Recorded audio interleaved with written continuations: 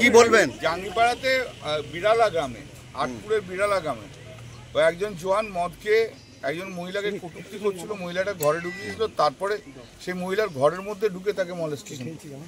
তো এই তো হচ্ছে সিআইএসএফ জওয়ানদের দিয়ে সমস্ত হচ্ছে।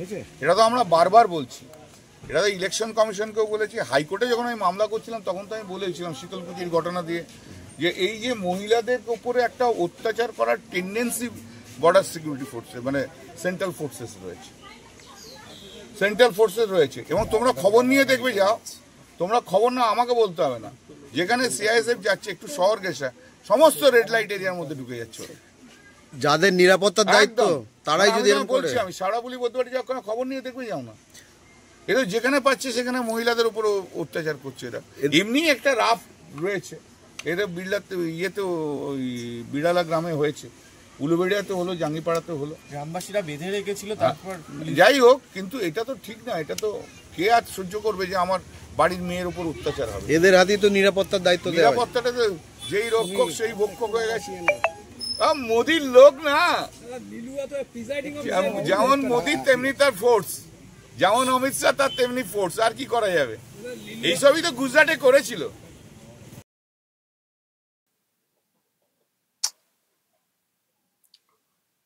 দর্শক, আমার তো কথাগুলো শুনে মনে হচ্ছে যে এর পরেও কেন সেন্ট্রাল ফোর্স কল্যাণ ব্যানার্জির বুকটাকে লক্ষ্য করে AK-47 থেকে গুলি চালিয়ে দিচ্ছে না। আমার শুধু মনে হচ্ছে যে যেভাবে উনি কথা বলেছেন, সেন্ট্রাল ফোর্সকে যেভাবে উনি দেখেছেন, তো কি করে এর পরেও সহ্য করছে সেন্ট্রাল ফোর্স? ওনাকে তো গুলি করে মেরে ফেলা উচিত, কারণ উনি যেভাবে কথাগুলো বলেছেন, দেশের একজন দায়িত্বশীল বাসিন্দা বলে তো মনে হচ্ছে না, যেন মনে হচ্ছে দেশদ্রোহী।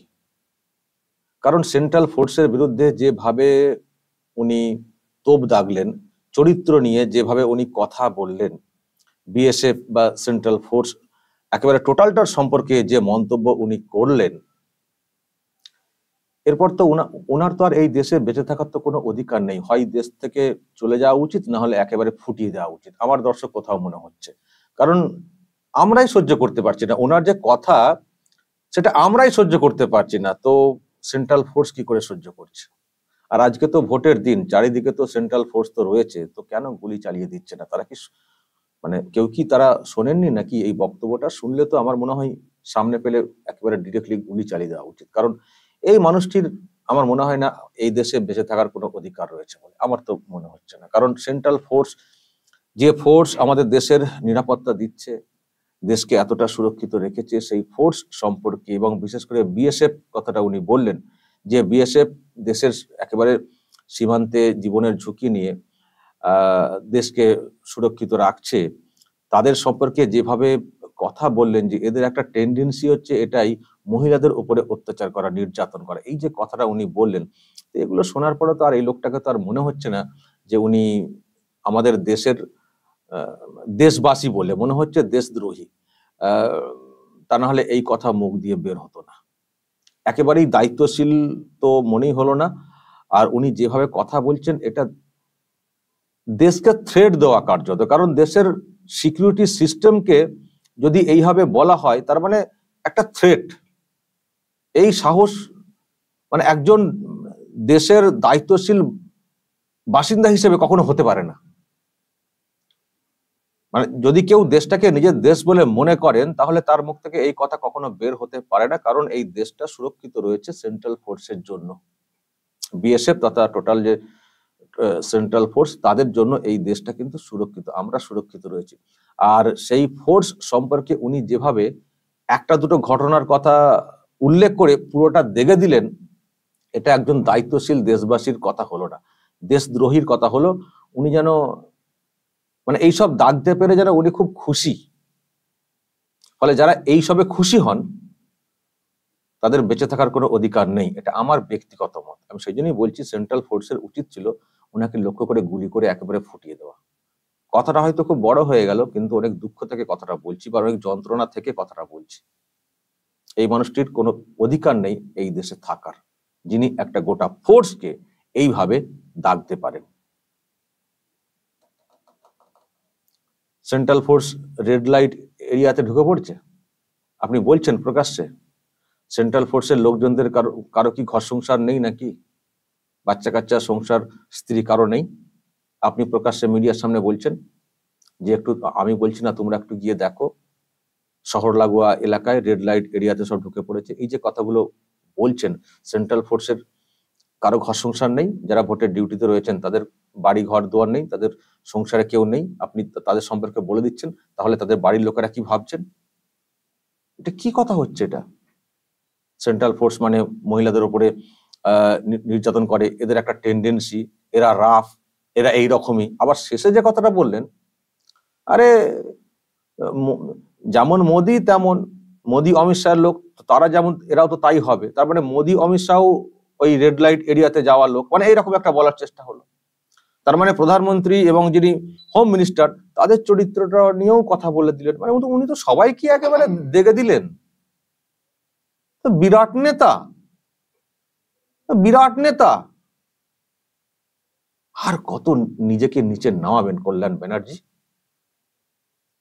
আপনি পার্লামেন্টে যে কাণ্ড ঘটিয়েছিলেন পার্লামেন্টের বাইরে, সেটা নিয়ে তো কম তো চর্চা হয়নি। রাজ্যসভার চেয়ারম্যানকে আপনি উপহাস করেছিলেন, কটাক্ষ করেছিলেন, মিমিক্রি করেছিলেন, সেসব নিয়ে তো কম চর্চা হয়নি গোটা দেশ জুড়ে।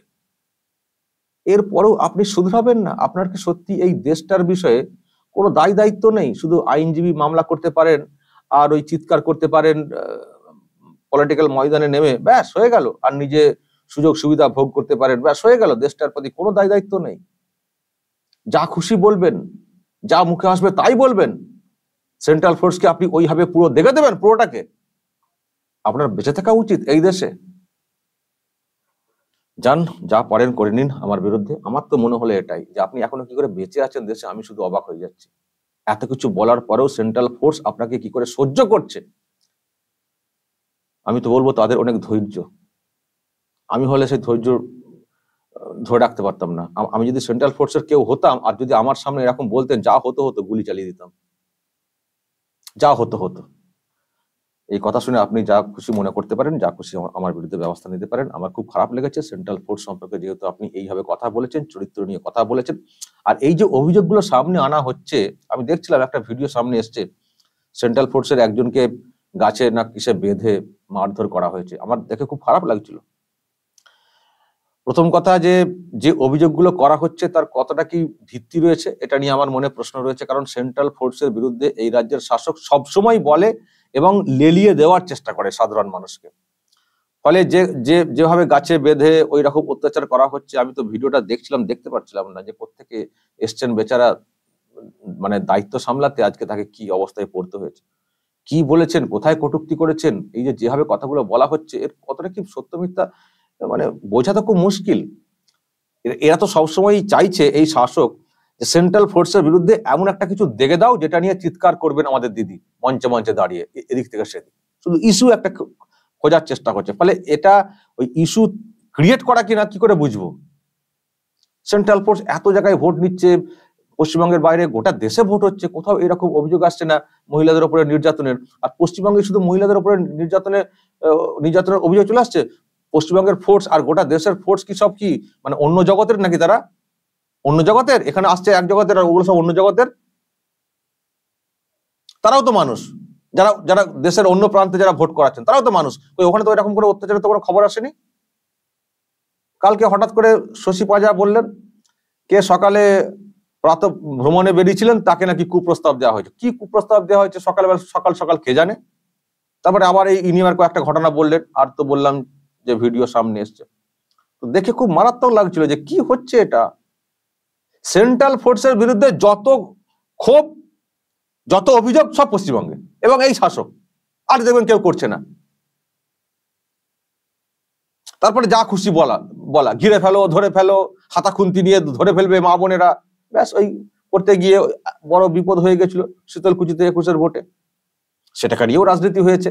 আবার দেখুন শীতলকুচির মতো ঘটনা ঘটছে না, বারবার লেলিয়ে দেওয়া, উস্কে দেওয়ার পরেও মা বোনেরা সত্যি এগোচ্ছেন না সেন্ট্রাল ফোর্সের বিরুদ্ধে, কিন্তু তাও আবার দেখছি কিছু কিছু ঘটছে, তার মধ্যে ওটা।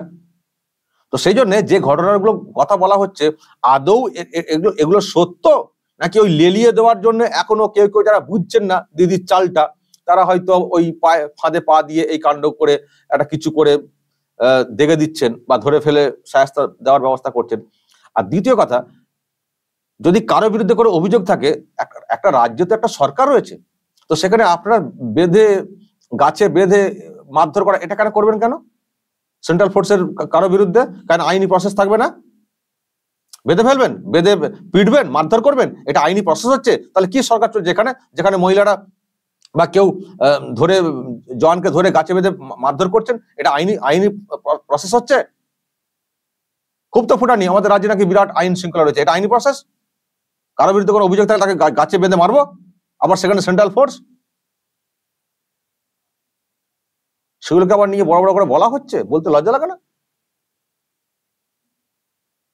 যে একটা রাজ্যের সরকার আছে, সিস্টেম আছে, আইন আছে, পুলিশ আছে, প্রপার সিস্টেমে হবে, যা হবার সেটা হবে, না করে আইন হাতে তুলে নিয়ে এইসব চলছে, আবার সেগুলোকে বলা হচ্ছে। কি করে সহ্য করবেন মা বোনেরা? ফলে এইসব কথাগুলো আমার বিশ্বাসযোগ্য হচ্ছে না। সেন্ট্রাল ফোর্সের বিরুদ্ধে যেসব অভিযোগ সামনে আনা হচ্ছে, আমার কোথাও মনে হচ্ছে যে একটা ইস্যু ক্রিয়েট করার চেষ্টা হচ্ছে, বা সেন্ট্রাল ফোর্সকে ভয় দেখানোর একটা চেষ্টা হচ্ছে। ফেভারে থাকো, নাহলে তোমাদের বিরুদ্ধে ব্যবস্থা করে দেবো, ওই দুটো একটাকে সায়স্তা করে গোটা ফোর্সকে একটা চমকানো ধমকানোর একটা চেষ্টা হচ্ছে, এটা আমার কোথাও মনে হচ্ছে। তবে সেন্ট্রাল ফোর্স কিন্তু, হ্যাঁ, ওনাকে হয়তো এখনো বাঁচিয়ে রেখেছেন, গুলি চালায়নি, যেটা আমার প্রশ্ন ছিল, কিন্তু সেন্ট্রাল ফোর্স কিন্তু এবার ভালোই কাজ করছে। আসলে এত দিক দিয়ে প্রভাব খাটানোর চেষ্টা করে এই শাসক, মানে পুরোপুরি জব্দ করতে গেলে হয়তো আরো ফোর্স লাগতো, তবুও যে ফোর্স এসছে, কিছু কেমন জায়গা থেকে হয়তো প্রশ্ন উঠছে আছে, কিন্তু তবুও বলবো সেন্ট্রাল ফোর্স কিন্তু ভালোই কাজ করছে। আর ওনারা যতই এই বিএসএফ বা সেন্ট্রাল ফোর্সকে দেখে দেওয়ার চেষ্টা করুন না কেন, চরিত্র দিক দিয়ে এদিক দিয়ে, আমরা কিন্তু সেগুলোকে সহজে বিশ্বাস করব না। কারণ সেন্ট্রাল ফোর্স যেভাবে কাজ করে, পুরো প্রমাণিত না হওয়া পর্যন্ত আমরা মোটেই বিশ্বাস করতে পারি না। আর ভিডিও টিডিও ওইসব তো কি আর বলবো। সুতরাং বলুন, বলে পুষিয়ে নিন, কিন্তু এটুকু বলতে পারি, এই গলা আর বেশি দিন থাকবে না। কল্যাণ ব্যানার্জি, এই গলা আর বেশি দিন থাকবে না। গলার যে আওয়াজ, আশা রাখছি, যা মানুষের হাওয়া দেখছি বুঝছি, আগামী 4 তারিখের পরে আপনার কেন্দ্রও খুব একটা সহজ নয়। আপনি ভাবছেন নিশ্চিন্তে জিতে যাব, ওখানে ত্রিমুখী লড়াইটা হচ্ছে। সুতরাং যা হাওয়া দেখছি, তাতে করে এটুকু বলতে পারি, 4 তারিখের পরে আপনার গলা মিউ মিউ করবে, একেবারে মিউ মিউ করবে। আর একটা ভিডিও এসেছিল, ঠাকুরের সামনে আপনি হাও হাও করে কাঁদছিলেন, অনেকে বলেন সেটা অভিনয়, কিন্তু এবার সিরিয়াসলি কাঁদতে হবে, ঠাকুর আমাকে বাঁচাও, আমাকে বাঁচাও, কারণ আপনি যা অন্যায় করছেন এইসব করে। দর্শক যদি কিছু বলার থাকে অবশ্যই বলবেন, কমেন্ট বক্সে নজর রাখবেন আরামবাগ টিভিতে।